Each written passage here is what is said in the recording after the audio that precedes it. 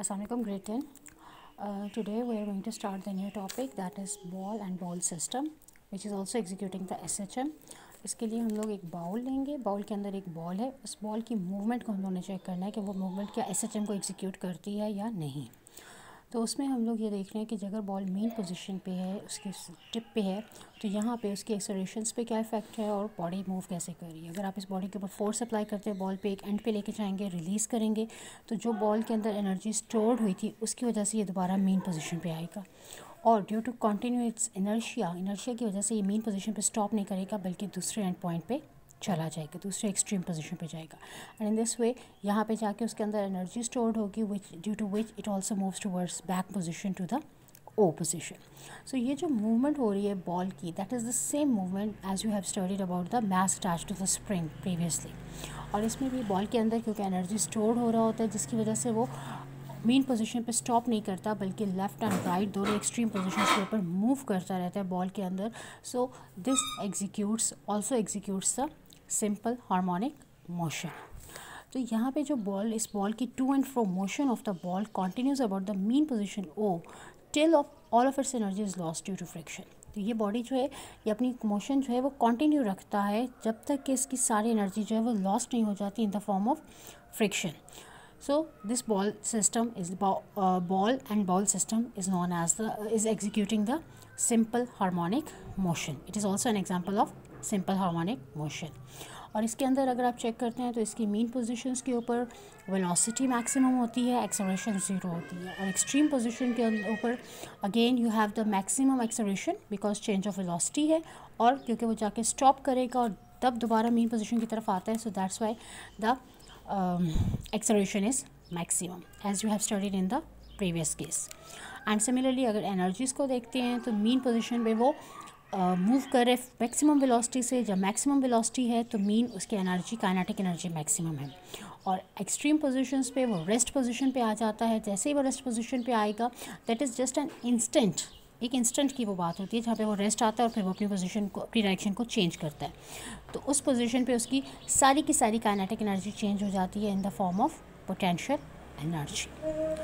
Okay, in the same way you have to study the motion of simple pendulum. Pendulums आप लोगों ने clock के साथ देखे होंगे। पेंडुलम्स अटैच्ड होते हैं in which you have a string, और स्ट्रिंग के साथ एक बॉब अटैच हुआ होता है। That system is known as, ये कंबाइंडली एक स्ट्रिंग और बॉब जो होता है that is known as the pendulum. अगर पेंडुलम को आप एक साइड पे ले जाके रिलीज़ करेंगे तो जब आपने उसे उसकी मेन पोजीशन से एक एक्सट्रीम पोजीशन तक लेके गए हैं तो उस एक्सट्रीम पोजीशन तक ले जाने के लिए आप उस पर एक्सटर्नल फोर्स अप्लाई कर रहे हैं और वो फोर्स उसके अंदर इन the form of restoring force stored हो जाती है। अब वो जो रिस्टोरिंग फोर्स है उसकी वजह से जैसे आप अपनी एक्सटर्नल फोर्स को रिलीज़ करेंगे वो रिस्टोरिंग फोर्स उसे दोबारा मेन पोजीशन की तरफ मूव करने के लिए कहेगी। अब जब मेन पोजीशन पे है तो मेन पोजीशन पे उसका वेट जो है वो डाउनवर्ड डायरेक्शन में है और स्ट्रिंग के अंदर tension in the upper direction है। लेकिन जब आप इसे एक एक्सट्रीम पोजीशन पे लेके जा रही हैं तो यहाँ पे किसी ना किसी एंगल पे बॉडी मूव कर रही है, तो उसका जो वेट है उसके vertical component and horizontal component दोनों डिपेंड कर रहे हैं। वर्टिकल कंपोनेंट जो है वो तो टेंशन के वर्टिकल कंपोनेंट से कैंसिल हो जाएगा, लेकिन हॉरिजॉन्टल कंपोनेंट जो है वो उसे मूव करेगा towards the mean position. Again इसमें भी आपके पास केसेस वही आएंगे कि इसकी एक्सट्रीम पोजीशंस पे एनर्जीज़ पे क्या इफ़ेक्ट होता है कि एक्सट्रीम पोजीशन पे जाके एनर्जीज़ जो हैं वो सारी की सारी पोटेंशियल एनर्जी की फॉर्म में स्टोर होती है और काइनेटिक एनर्जी ज़ीरो होती है। लेकिन जैसे ही आप बॉल को रिलीज़ करते हैं वो मेन पोजीशन की तरफ मूव करता है, मेन मैक्सिमम वेलोसिटी गेन करता है। जैसे ही मैक्सिमम वेलोसिटी गेन करेगा इट्स एनर्जी बिकम काइनेटिक। इसके साथ ही हमारे पास आ जाते हैं इसके formula to find out its time period. Time period को फाइंड आउट करने के लिए जो फॉर्मूला है that is T is equals to 2π√L/G। L is basically the length of the pendulum, और यहाँ से हमें पता है कि 2 is a constant, pi is a constant, G is also a constant, it is gravitational acceleration. ये तीनों constant है। तो टोटली जो टाइम पीरियड डिपेंड कर रहा है that depends upon the length of the pendulum, कि जितनी ज़्यादा लेंथ होगी उतना ज़्यादा टाइम पीरियड भी ज़्यादा होगा, और अगर लेंथ कम होगी तो टाइम पीरियड भी कम होगा। दिस शोज़ कि जिस तरह इसकी एनर्जीज चेंज हो रही हैं बॉल की, उसकी फोर्सेस पे, उसकी वेलोसिटी पे इफ़ेक्ट हो रहा है, तो this shows that the ball also executes the simple harmonic motion.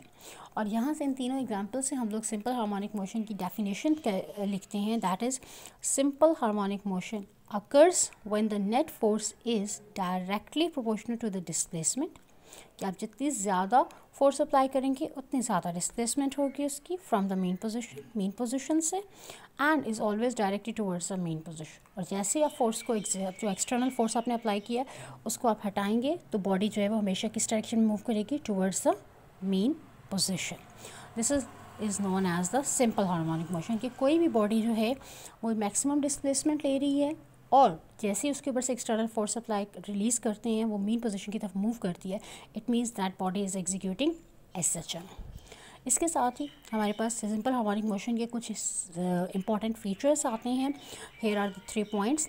क्या है? A body executing SHM always vibrates about a fixed position, कि कोई भी बॉडी है अगर हम उसे डिफ़ाइन करते हैं कि वो एसएचएम एग्जीक्यूट कर रही है, इसका मतलब है कि वो हमेशा एक फ़िक्स्ड पोजीशन के ऊपर वाइब्रेट कर रही है। जैसे एग्जांपल में आप लोगों ने पेंडुलम की ली, जैसे एग्जांपल में आप लोगों ने बॉल एंड बाउल सिस्टम लिया, या mass attach to the spring, कि उसमें भी स्प्रिंग जो है वो अपनी ओरिजिनल पोजीशन के ऊपर वाइब्रेट कर रहा होता है।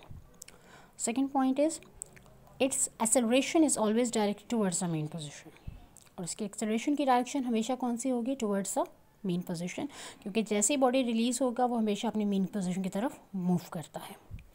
And the last point is the magnitude of acceleration is always directly proportional to its displacement from the mean position, कि acceleration का जो magnitude है that is directly proportional to the displacement।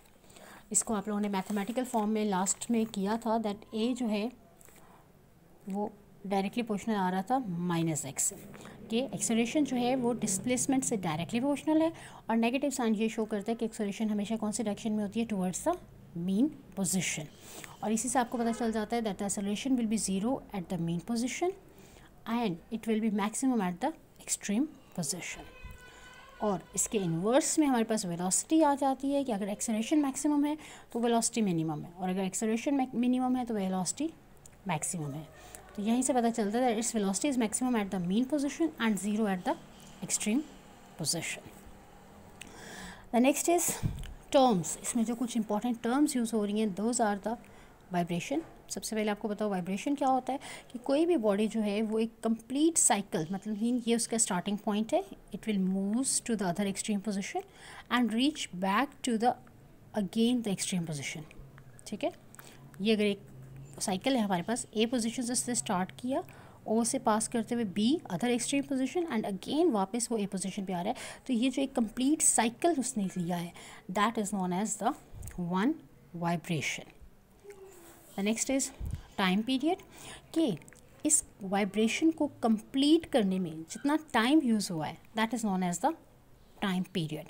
A O B O A, mean A point से start करके वो दोबारा ए point पे पहुंच रहे हैं, तो इस दौरान जितना टाइम यूज़ हो रहा है that time is known as the time period. Frequency क्या होता है? फ्रीक्वेंसी जो है that is the inverse of time period, right. Frequency is inverse of time period, जिसमें आपके पास ये आप लोगों ने पढ़ा है कि एक वाइब्रेशन के लिए कितना टाइम चाहिए होता है, जबकि फ्रीक्वेंसी ये होता है कि एक सेकेंड में कितनी वाइब्रेशंस हो रही हैं।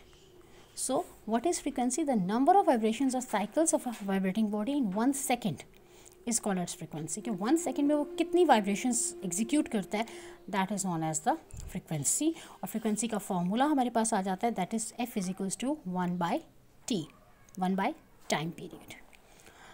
The last is amplitude. Amplitude क्या होता है, कि this is the extreme position, this is the extreme position and this is the mean position. तो मीन पोजीशन से एक्सट्रीम पोजीशन तक जो डिस्टेंस होता है that is known as the amplitude. ठीक है, कि कितना आप मैक्सिमम एक साइड पे उसे ले जा सकते हैं, that is known as its amplitude. Next, इसी से रिगार्डिंग हमारे पास न्यूमेरिकल है। Find the time period and frequency of a simple pendulum 1 metre long at a location where G is this. G की वैल्यू कांस्टेंट है, length उन्होंने हमें दे दी है 1 मीटर, बाकी 2 पाई कांस्टेंट है। फॉर्मूला आप यूज़ करेंगे T = 2 पाई √L/G, सॉल्व करेंगे you will get your answer. 1.99 second. ये आपको टाइम पीरियड आ रहा है। और अगर